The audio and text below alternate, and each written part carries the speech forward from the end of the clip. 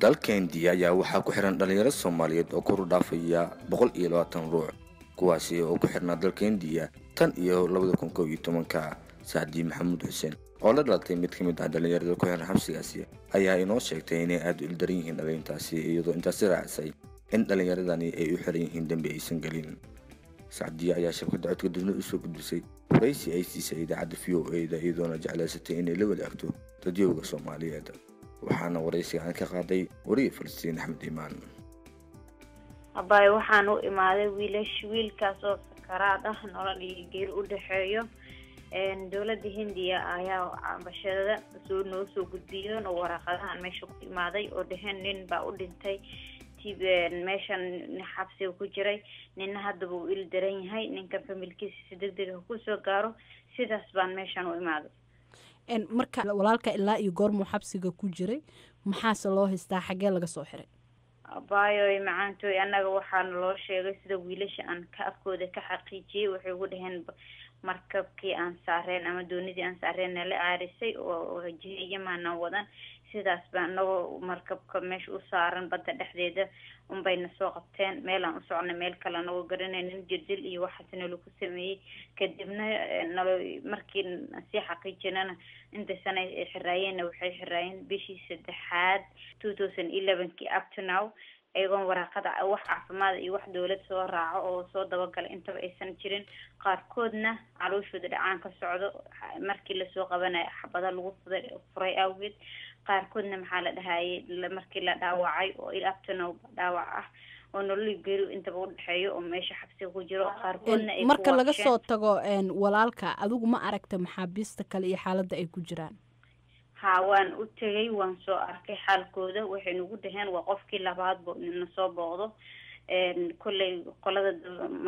safaaradda waa soo booqatay anagoo shacabana marka kuwii labaad baan ahaynay oo soo booqdo qalfoof dad ah oo nolol iyo geeri u dhaxaysay ahaayeen dambiyaasha waxaa nagu kalifaynay dhaheen inaan dambiyaanan lahayn aan qiranana waxay dhaheen nolosha aan ku jirno waxay tahay nolol iyo geeri haddii la rabo hana la wada toogtay dhaheen 119 keena isku hal dambi iyo hal isku halkiisaan hay dhaheen marka sidaas bay xaaladooda ahayd waa dad nolol iyo geeri u dhaxaysay qolfoof dadkii Soomaaliya markay abaaraha ku dhacaan qolfoofta ahaayeen noloshooda macaantoy kama sheekay karno waxaan ka codsanaynaa dawladda Soomaaliyeed iyo shacabka Soomaaliyeed aqoonyahanada iyo qof walba Soomaaliyeed naxariis dhiigga Soomaaliya ku jiro waxaan ka codsanayn in dhalinyartaas 25 iyo 20 u dhaxeeyo la badbaadiyo oo 119 ah midna oo maalin hore u dhintay midna hadda sakaraad u yahay oo sida warqadii daawada xitaa tusaale ahaan hadda walaalka ma wali xabsigu ku jira mise waa laga soo saaray? macaantay xanuunkiisa waa TB mideeda kalena xabsiga wali ku jira oo meel xabsi ahaan ku jira hadda maalmahan adiga 3 bari 4 bari wuxuu lagu hayaa meel yar oo lagu waardeenayo oo dhakhtar ah laakiin markuu soo xoo kale dhakhtar saasama laakiin waa mid dawladda markuu soo xoo kale caawinaysa iyo waxaas lagu duraayo laakiin waa nin xanuunsanayo oo dhiig ma tagaayo oo beerkiisa dhakhtarkiisa la hadalna weydiino dhahna dhiiga muxuu yahay sida wiilkan loo hayo nooga faalo wuxuu nagu yiri ana daaweynayay 2 sano ilaa xalkeeda ka warqabo ninkan wuxuu ma tagaayo waa beerkiisa dhahay iyo sambabihiisa everywhere dhahay TB-dana sambabahay ka haysa marka baay macaanto nolol iyo geeriba u dhaxay walaalkay waxaan codsanahay dawladda Soomaaliyeed iyo shacabka Soomaaliyeed meel kasta ay joogaan ninkii dhiig Soomaaliyeed oo ku jiro in walaalkay iyo walaalahayga kale oo Soomaaliyeed meesha ku jiro loo badbaadiyo mideeda kalena walaalkay waraqadiisi waa biri dawladda Soomaaliyeed taagan oo ma jeedo maxkamadiina hadii weyso qof ka qaado oo xil Soomaaliyeed hayana maalin ka dambe u dibdhigaysa walaalkeena nolol iyo geeri ku dhac oo ku jira macaantood wax xiriir ma la sameeysan safaaradda Soomaalida ee India waase magaalada ay ku xiran yihiin? macaantood waan la sameynay warbixin toos oo maanta aan sheegi karno nama siinay ilaa hadeertan waxayna ku xiran yihiin Bombay ku xiran yihiin oo hadda aan joogno anaga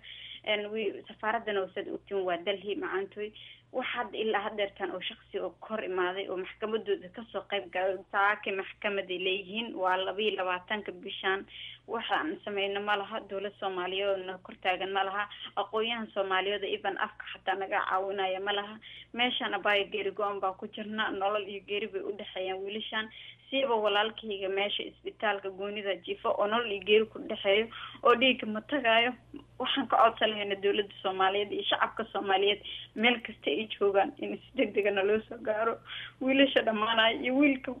maanta sakaraadka oo nafta